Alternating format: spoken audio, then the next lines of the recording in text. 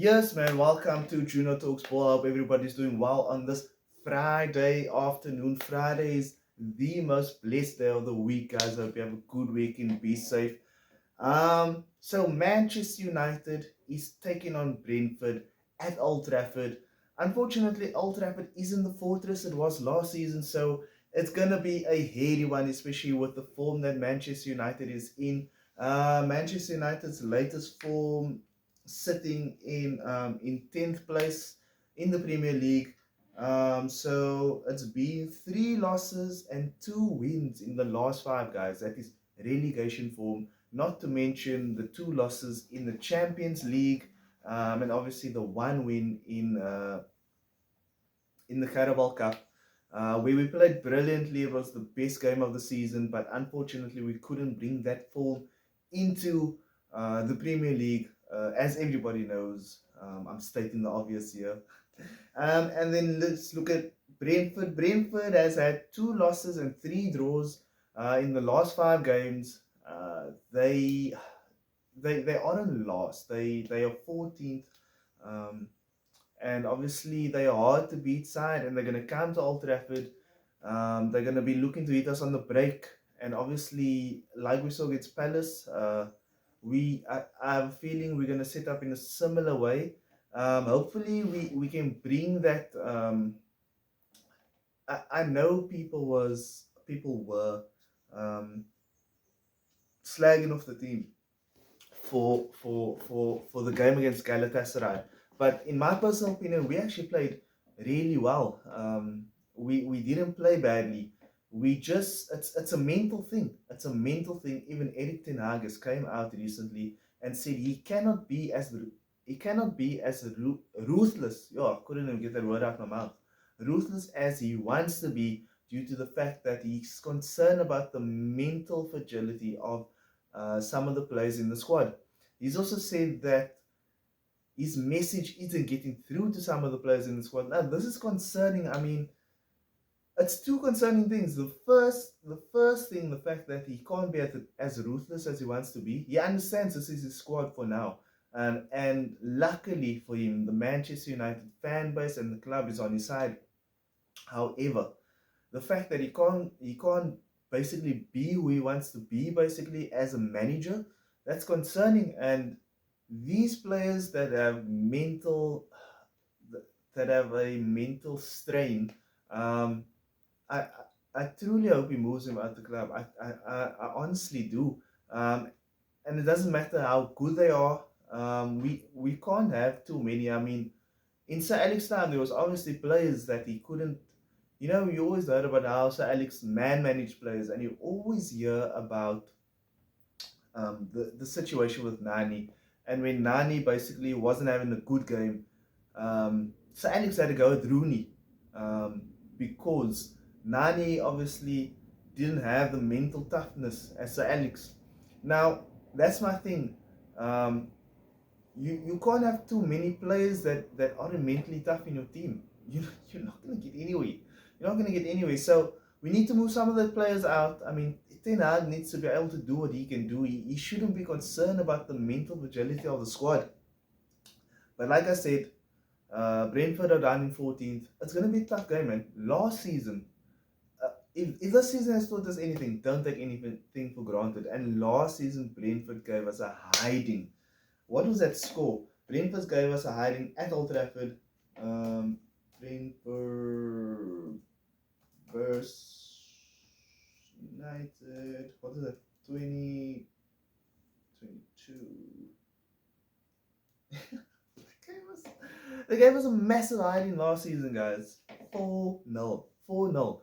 And after that, Ten Hag, he wanted to play his style of football, and after that, he basically reverted back to Ollie ball or Mourinho ball in a way. But it was actually an improved version of, especially for I mean, at the end we were struggling a bit, but for most of the season it was an improved version of volleyball.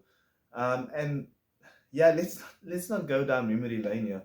But anyway, so my team that I would like to see him pick versus Brentford lines up like this: Hoyland up front, definitely. What a brilliant game he had. Um, what a brilliant game he had in the week against Galatasaray. Two brilliant goals. For the first one, I don't know why I eat before I do these videos. Do you see in my videos, I'm always like, trying to hold my burp back, whatever. Yeah, I'm always eating, and then before I do these videos, and then I come and I talk, and I think it's all the air that's going down, and it's just the food with the air, and yeah, I must always hold back my burp. But anyway, I'd like to see Hoyland play up top. Um, that first goal, if you take that first goal, his determination to get there. I mean, you, and that second goal, even better, even better. I mean, he runs the whole field. Yes, we are lucky that the player slips, but he runs the whole field, guys. He runs the whole field, and so you see, this is what makes this goal so great. So composed, so composed. He has a defender on him and the keeper coming from the angle, and he just trips the keeper, and he's just like, yeah, this is what I do. Even after in the interview, he said that is a Hoyland type goal. So he loves those goals where he's running with the ball and he's going one on one with the keeper. So obviously that's his strength. He's a big guy as well. So obviously we need to be servicing him, be putting in crosses, because he's a very in a way he's like an old school number 9, and we need to be playing to his strengths, man. We seriously do. Um, and I truly hope Ten Hag tweaks it so that we are playing to his strengths. I honestly think I've been saying that maybe Rashford should be playing on the right permanently, and Anthony playing on the left to basically benefit Hoyland, unless they're going to be putting in quality crosses. That is what I'd like to see. However, I'd like to see Rashford being dropped for Garnacho. I think Garnacho's earned his spot, in Erik Ten Hag, um, obviously he's basically, like he said, he can't be the guy that he's been last season. He can't be as ruthless as he wants to be, and that's why I think um, he's playing Bruno and he's playing Rashford every game.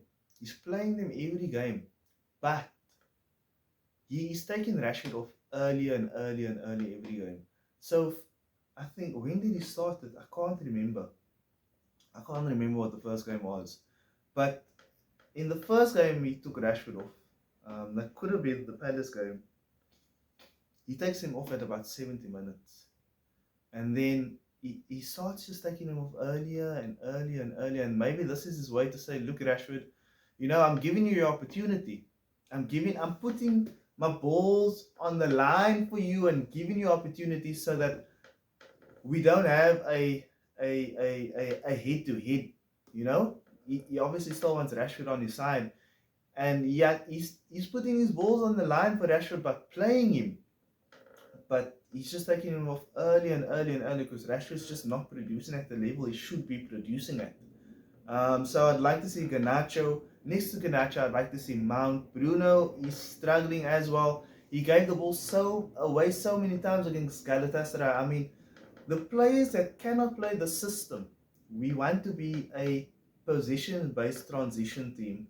And people are saying, how can you be more than one thing at a time? But obviously, that's Erik Ten Hag's. That's his problem to sort out.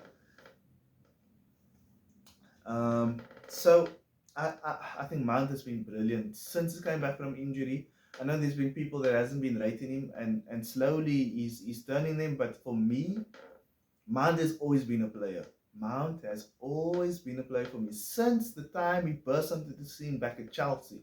I've always rated him, and he's had tough seasons. He's had dips in form, but I've always rated him as a player, and I'm super happy Manchester United has him. So I'd like to see Mount and then Anthony. I'd like to see Anthony on the right. I am a big fan of Pellistri, but obviously Ten Hag loves Pellistri, and I mean, obviously Ten Hag loves Anthony. I mean, he's the guy that he brought in, and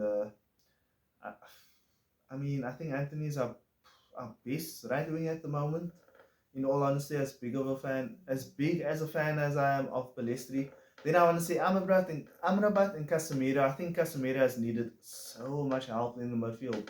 I mean, if you look at the game versus Galatasaray, he is for the second goal. He's not concentrating on the number 10. He's watching the player, not watching the player. And Amrabat gets beaten.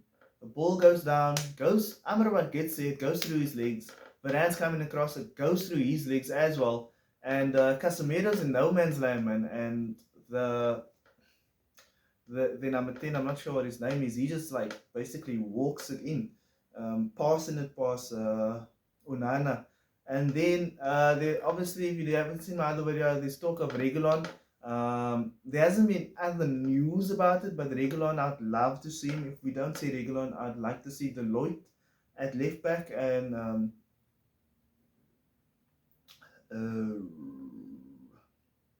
Lindelof.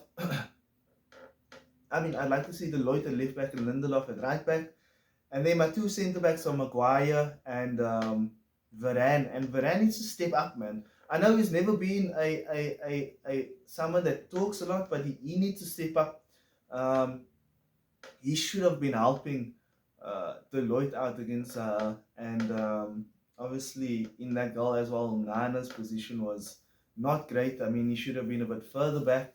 But he should have been helping Deloitte out. And then also Onana and keeper. I know people is going to say drop him. And I don't think it's that bad. I don't think it's that bad. I honestly think it's what's been going on in front of him. And the fact that he's made mistakes, visible mistakes. People want to heap everything on him, but I don't think it's that bad. Obviously, I would have been an advocate for De Gea to stay at least one more season and try and sort out different problems within the team.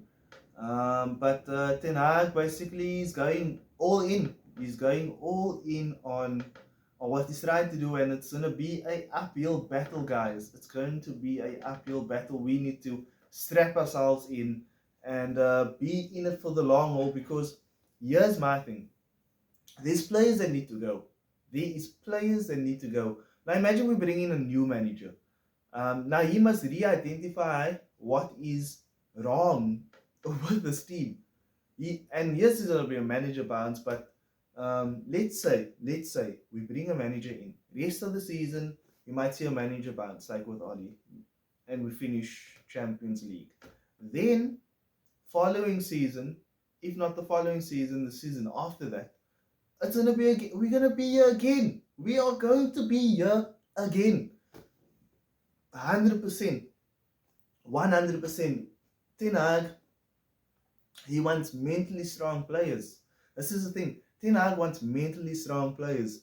If you look at Onana, yes, he's not confident at the moment, but generally he's a confident guy. Amrabat's a confident guy. You saw Martinez is like he's like a brick, man. He's like a brick. He's a confident guy. Anthony, I know he hasn't been great, but even he said when he came in, like he's been dealing with pressure all his life. So Ten Hag likes this players that is mentally strong. So I honestly hope he gets the time, and not only from us but from the club. And I'm willing to go down with the ship, guys. I'm strapped in. I'm not even strapped in. I'm handcuffed in. I have no control. I'm willing to go down with the ship, man. It's like the Titanic going down, you know, when Leonardo DiCaprio he's handcuffed in and the water's coming in. That's me, man. I'm handcuffed in. Anyway, guys, my prediction, I think they're gonna set up a low block.